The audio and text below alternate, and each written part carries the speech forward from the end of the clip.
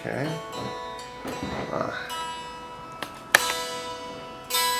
I'm gonna do next year in Seattle. We're gonna do a Rush night.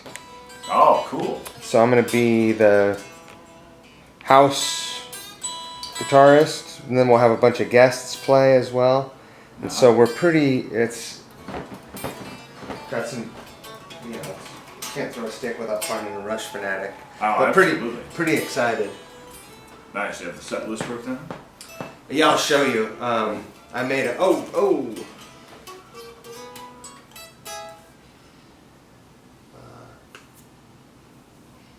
I made a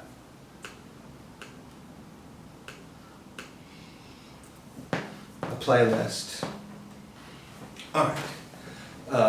And it's pretty. I mean, starts with Overture.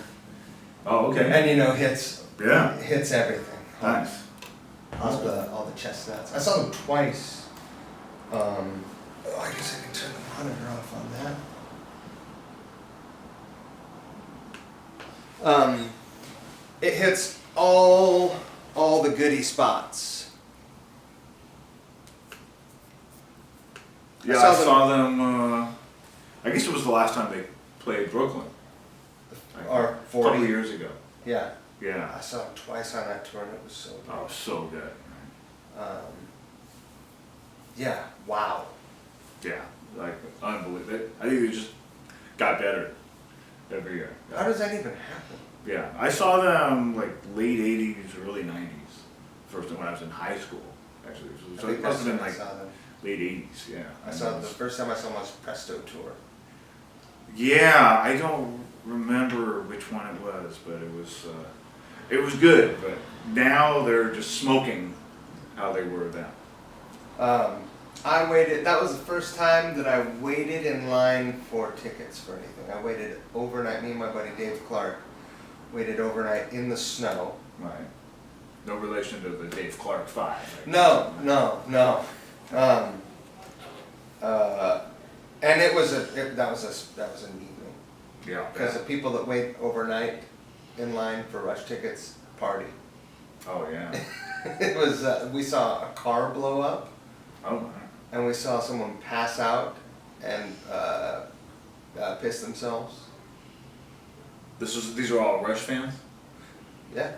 It's so surprising because Rush, you think of these sort of the refined rocker. Exactly the sort of nerdy kind of rocker who's introverted and Let me tell you, not in the Northwest. Yeah. Not in the Northwest. Yeah, absolutely. Different brand of different way of doing things sometimes. I hear you. Sounds fun. I don't think I've ever waited overnight for a concert.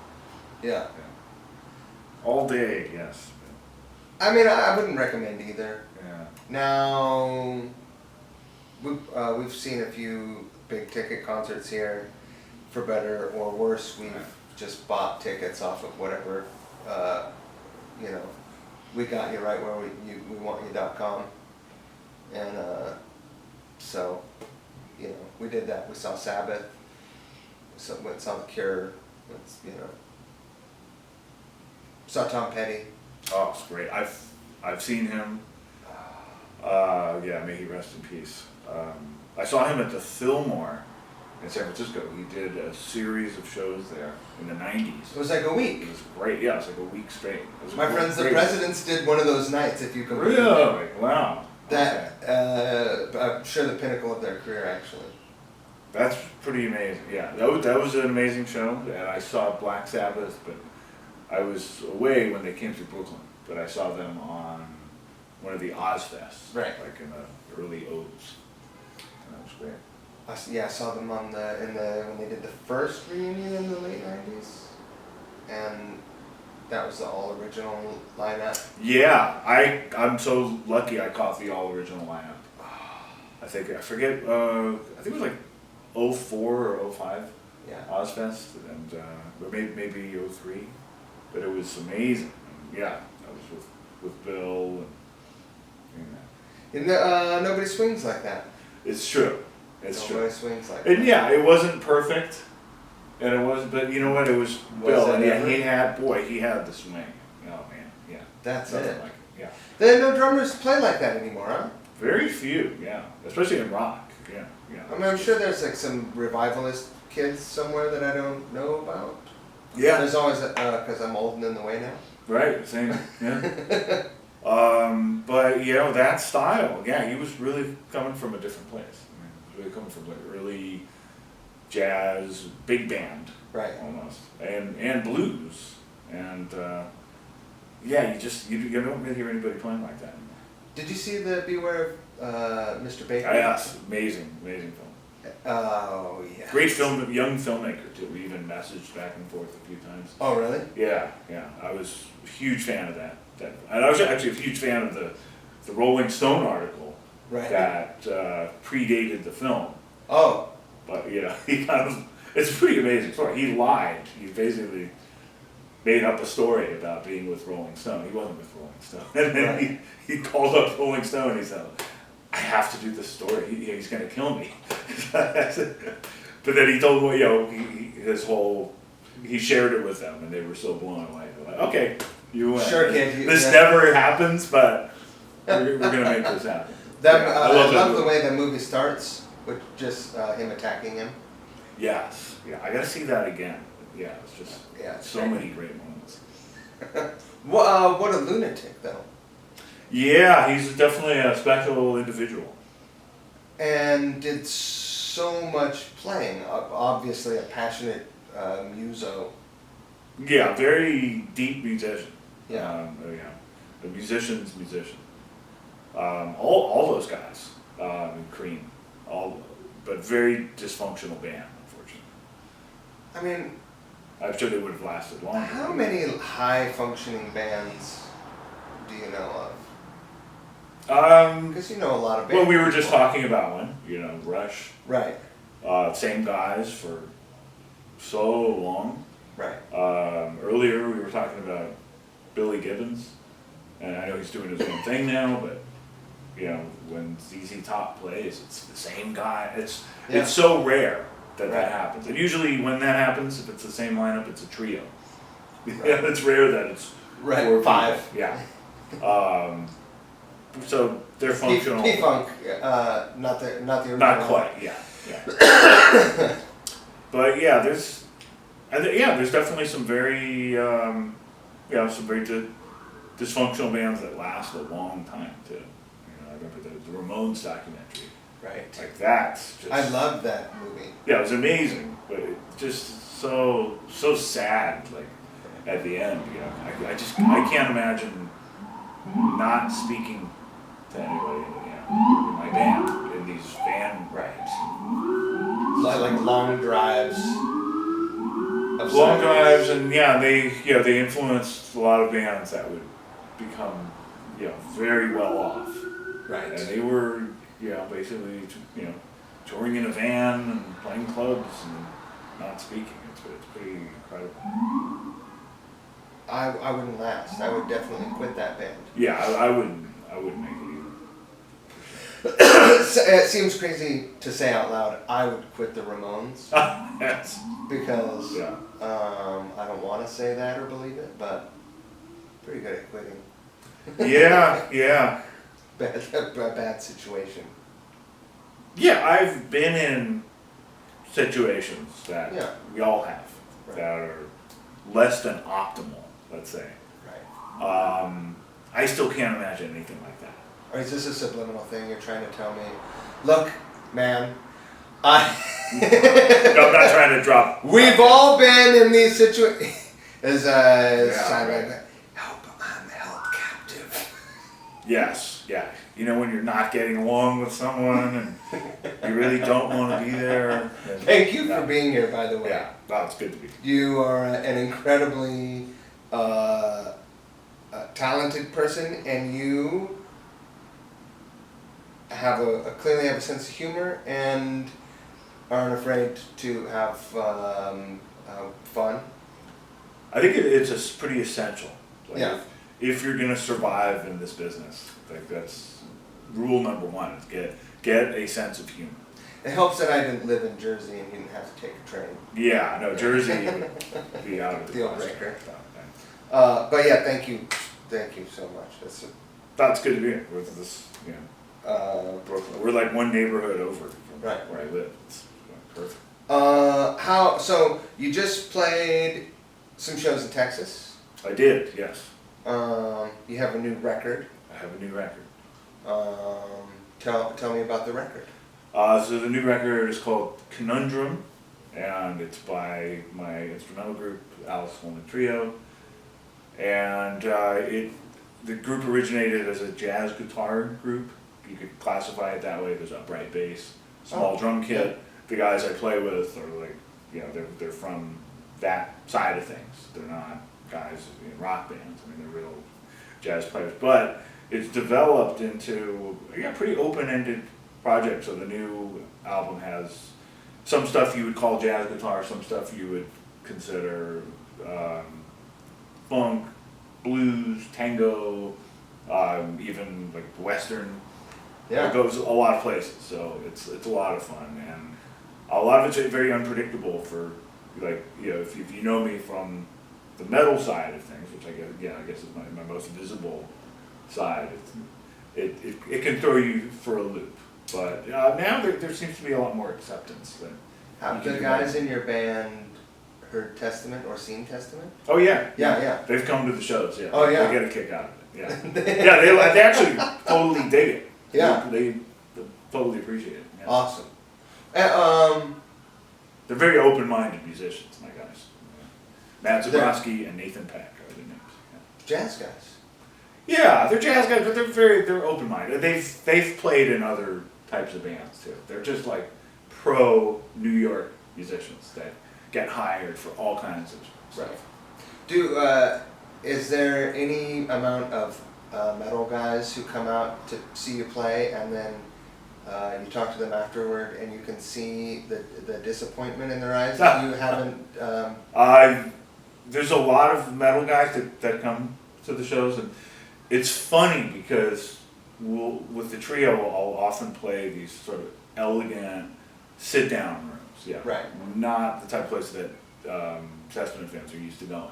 So a place like Jaeger shots. Yeah, Iridium in New York, Regatta Bar in Boston, Yoshi's in Oakland, the Blue Note in Milan. Yeah, places like that all over the world. And it's a different experience. You know, they come, they sit, they have a drink, they listen. Yeah. There's no mosh pit.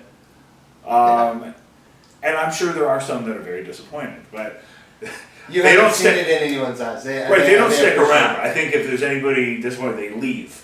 So I don't even know they're there. And the ones I'm not going to mine any good story on that topic. No, there's never been anybody that's angry that sticks around to give me the piece of their mind. And everybody afterwards is like really happy and really into it. That's amazing. And generally speaking, when you see metal guys or rock guys show up, they are probably looking to expand. If they're not already familiar, they're looking to like expand what they're doing. I remember. Absolutely, yeah. I mean, they like, they realize that guitar it's so unlimited. Right. I like some of the things, the same things that are exciting about guitar and hard rock or heavy metal music. You can find that in other styles of music. It just takes a little more patience, and it's a different scene. Right. It's it's a different setup. Again, it's the listening thing. It's a different type of experience. But if you're open to that, it's great, and it can be exciting in a way that a rock show is. You just have to entice them to show up. But a lot of them, it's their first show. They're not going out to hear Pat Metheny or Herbie Hancock. Right. This is a new thing for them to go hear, an instrumentalist, but then it's great if they open up to that experience. Then everybody wins. Is that is the scene here what drew you to New York? Is the scene here? Just being like the jazz scene and the jazz community is what drew you to New York? I think there really isn't one scene. There's many scenes, and even within a style of music, within a genre, Right. there's subgenres. Sure. And the community, I guess, would be a better way to. yeah, look, I would say communities plural, because there's so much happening at all times, and so many different scenes and subgroups, and it's really exciting. Like, we're almost in the thick of it. We're in Brooklyn. We're in the outer boroughs, but if right now we wanted to go hear some music, probably like really high quality music, it's not that hard. We're talking about 2 shows that were happening tonight. Yeah. Yeah, and those are international touring artists, but we're close to Red Hook. There's venues in Red Hook Right. that have like really innovative. I think Smoky Hormel has a weekly over there.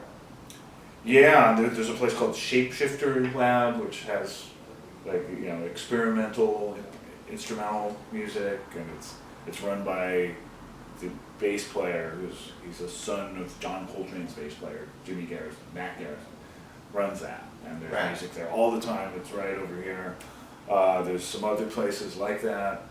Of course, in the Village, there's always great music. I think there's no way you can take in all that is happening, and I think that applies to any kind of artist too. Like if you're a visual artist, there's so many freaking galleries, right? There's galleries here, there's galleries in Dumbo. Let's not even get into Soho. Being here is like and saying, I'm going to go see everything. You can't do it. It's like going to Disneyland and saying, I'm going to ride all the rides, but we can only be here for 3 hours. Right. You could live here for 10 years and not do everything. Yeah, we met at a comedy show. Right. I think that's the first time we met. Briefly. Right. Mutual friends, Derek and Jack Sheen and Brian Hussein. All right, and that was out in in Gowanus. Right. I was in the Village last night, and I actually ran into a guy I know that does comedy locally, and he was a few doors down from the Comedy Cellar, which had all these recognizable names. Always. And there were several. So it doesn't matter if you're like into comedy or visual art or. That's something that me and Christine always talk about, is that we want to go see more comedy, and we just don't do it. Yeah, I intend to as well. I don't do it as much. We should go sometime. It'd be fun. Yes. Yeah. But that, just getting back to your question, that's. So I wouldn't say it's like because of the quote unquote guitar scene or the jazz scene. There's just so many scenes within music, and I just think anybody in any of these creative fields that I'm talking about, if you come here, you're affected by that. The fact that there's constant stimulation. Right. Most of it's pretty high quality, because I think to be here, there's a certain standard.